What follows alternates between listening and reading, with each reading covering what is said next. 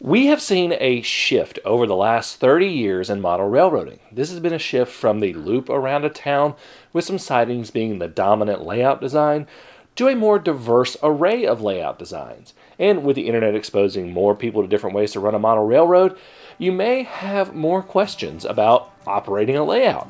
Today I'm going to talk about design elements, resources, and methods for designing and operating your model railroad, no matter your track design.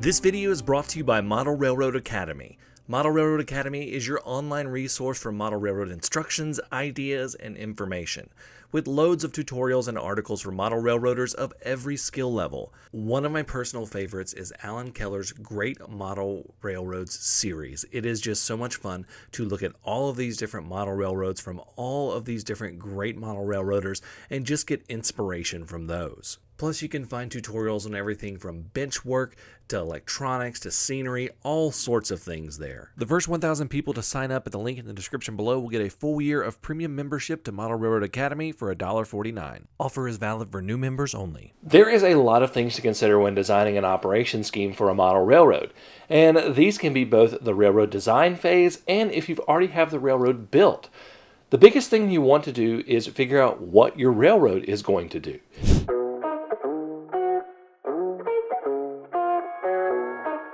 Railroads serve a purpose. Is your railroad going to model a big section of Class 1 railroad, a small short line, or something in between?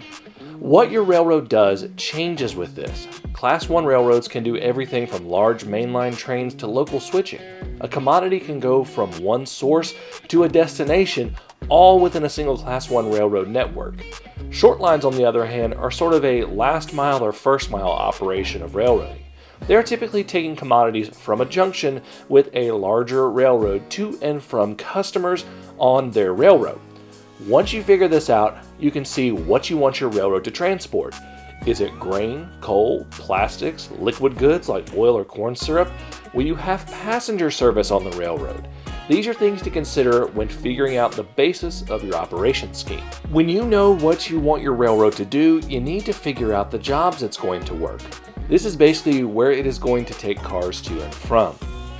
If you are modeling a stretch of big main line, you may be taking cars from one yard to another, and your operations are based around train meets, and it has a little bit of local switching mixed in. If you want to have big industries like steel mills and grain complexes, you may have big areas with multiple sidings next to industries.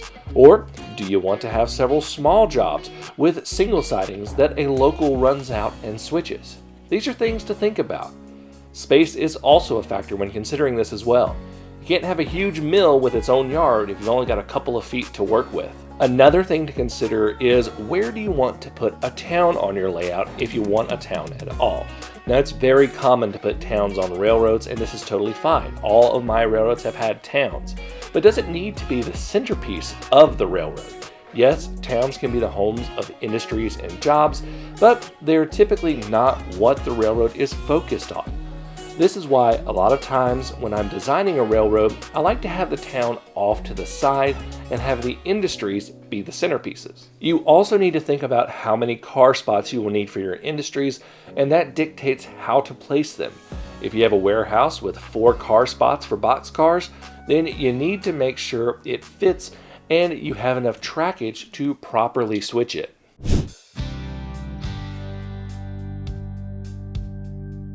Another thing to think about is what type of locomotives do you need? Now, I'm not talking about buying locomotives for fun. I have tons of engines like this Challenger I just got here that do not fit my operation scheme whatsoever. Think about things like, do I need large mainline engines or small local switchers? Are my industries large enough to where they need their own little switcher? Do I need multiple units for pulling trains I have? These are just some of the things that you need to think about in addition to the area you are modeling and the tightest track radii on your layout. You also need to figure out what kind of rolling stock you need. I'm actually running into this right now. I need way more covered hoppers than I have for my railroad, so I am stocking up. All you need to do is look at what kind of cars service your industries. Coal mines or power plants? Hoppers are going to probably be your biggest need. Metal fabricators? Flat cars and coil steel cars and gondolas are probably going to be what you need. All you need to do is a bit of research and you will be able to figure this out.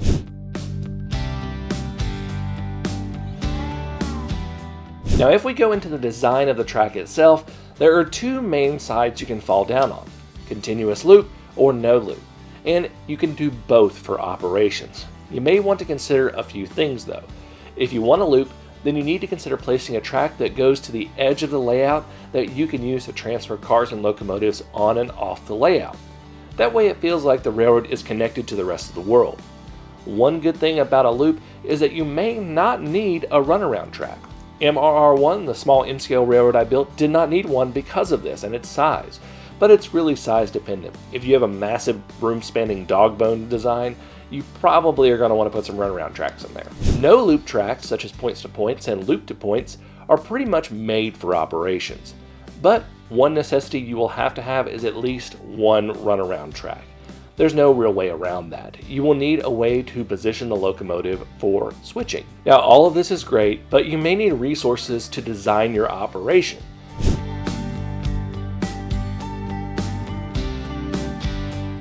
Three of my favorite items are rail fanning videos, Google Maps and similar websites, and historical documents and photos. There are many rail fanning videos out there on YouTube that can help you understand what you are seeing and what your railroad needs to do. Google Maps is a great tool because you can see where a track goes and look at the sidings and the track arrangement from the comfort of your own home. Another one I really like is OpenStreetMap.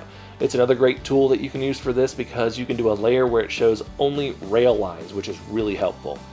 If you're modeling something a bit older, historical documents and photos are a great resource, and I'll link the website that I use the most to find photos in the description below. But also, keep a lookout for books and pamphlets at places like antique malls. I got these right here that we're going to talk about. These books are gold mines for designing operations. Let's just look at the Kansas City Southern operating rules effective July 1st, 1954. This is an absolute gold mine for stuff for your operations. One of the most valuable parts I can think, especially if you're new, is just the definitions, because you're going to hear a lot of things when you're talking about operations from experienced operators that you're going to be like, what? So for instance, they have the definition of the types of trains in the operation. Regular train, a train authorized by a timetable schedule. An extra train, a train not authorized by a timetable schedule.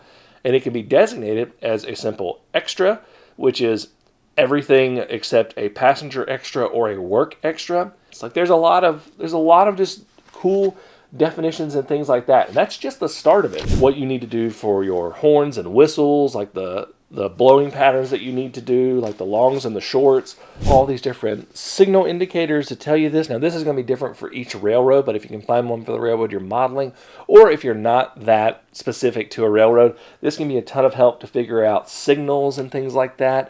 This is just an absolute gold mine. Books like this, which I found in a local antique store, are just absolutely amazing for designing operations. Even if you're doing a more modern operation, this is still going to help give you some realism, even though it's from the 50s. So you can add some of these things in here, and you can also do some research and see what has been replaced and what still goes on. But these books like this and other historical documents are absolutely fantastic for designing your operation schemes and figuring out some basic things. Now, let's say you've already built a layout and you're thinking, I can't make those changes.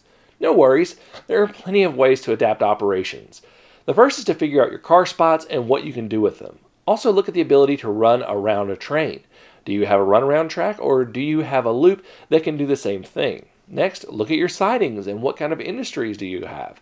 This can dictate what kind of car types you need. Or if you don't have industries on your sidings, you can make them what are known as transload facilities. Another name for this is team tracks, and these can service a number of cars for, say, like, let's say you have a tanker car that a tanker truck drives up to and unloads, things like that. So there's a lot of options here. Another thing you can do if you don't have a track that goes around and goes off of the edge of the track, you can just have a designated spot that this is where I transfer cars and locomotives on and off the track. So there's a lot of ways to adapt operations to a loop layout. Now for your operations design, I'm going to give you 3 tiers of how to set them up.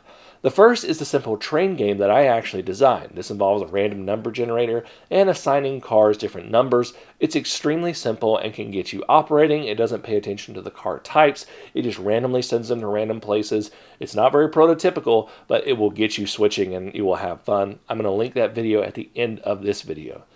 A step up from this is something called Ops Buddy. This makes your operations feel more real, but it's still simple enough to grasp. It involves using dice to decide a series of variables and then assigning cars to industries. It's a simple Google Sheet template that you can access, and I will link it below. If you're looking to go all in, try JMRI's Operations Pro. This is an extremely detailed method of operating.